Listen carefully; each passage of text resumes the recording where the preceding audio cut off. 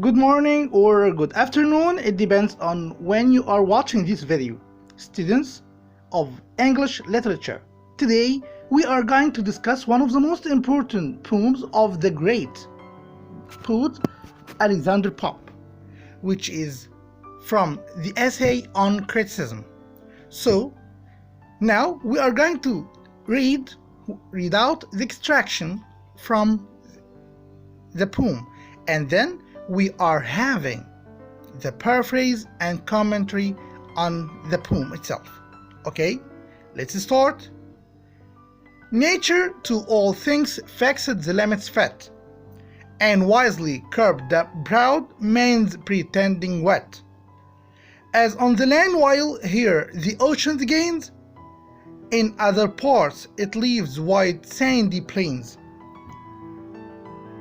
Thus in the soul while memory prevails, the solid power of understanding fails. Where beams of war imagination play, the memory's soft figures melt away. One science will, one genus fit, so cast it is art's narrow human wit.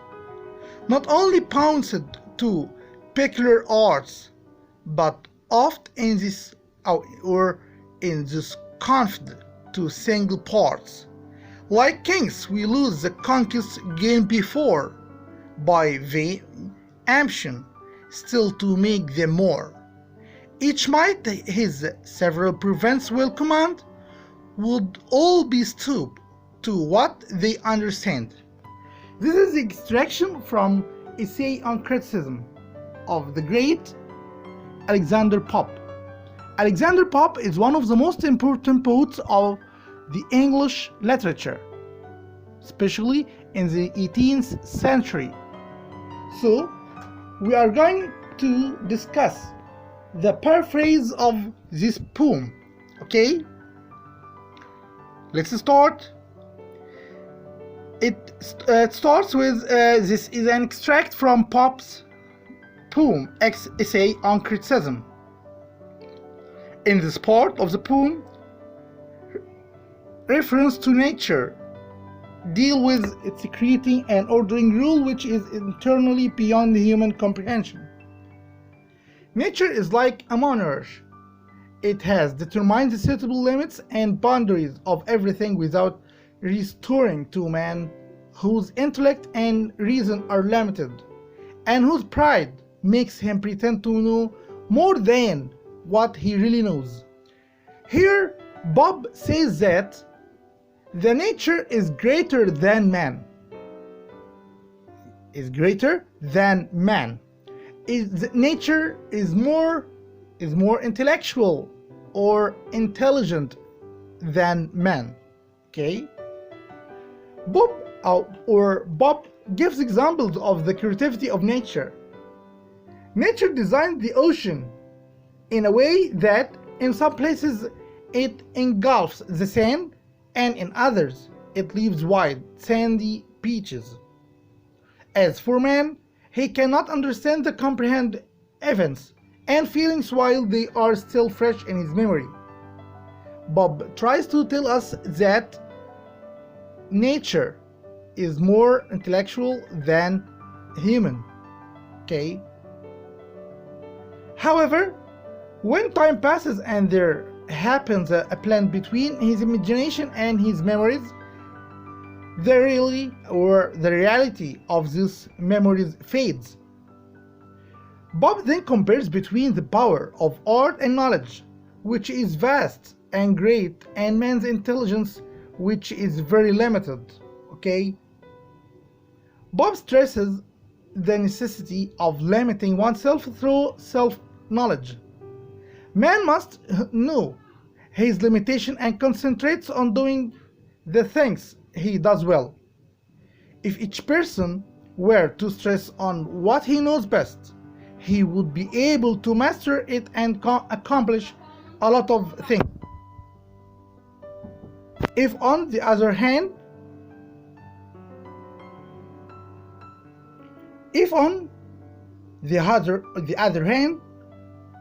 He does not do that. He will be like kings who try to extend lands on their territories and have more lands on the expense of their own countries, so they end up losing their countries. It's the same with, okay? So let's have the commentary on the poem itself. Let's start. Pope's essay on criticism is a didactic poem in which he attempts to identify in verse the rules of good art, good criticism, and true writing, in response to the artificial rules inherited from the classical past. Pope's tone in this poem is post-critical and satirical. An essay on criticism is one of the best pieces of critical works. Its content is an article, but its style of writing is a poem. And the sound is also thrilling. The whole poem is written in heroic couplets. A couplet consists of 2 rhyming lines of verse. The meter is usually iambic pentameter. The rhyme scheme of this extract is AA, BB, C, D, AA again, EE, FF, GG. A couplet is a complete thought in itself, and at the same time connects to the rest of the poem. The opening lines of this extract embody Bob's beliefs in the rightness and wisdom with which nature is endowed.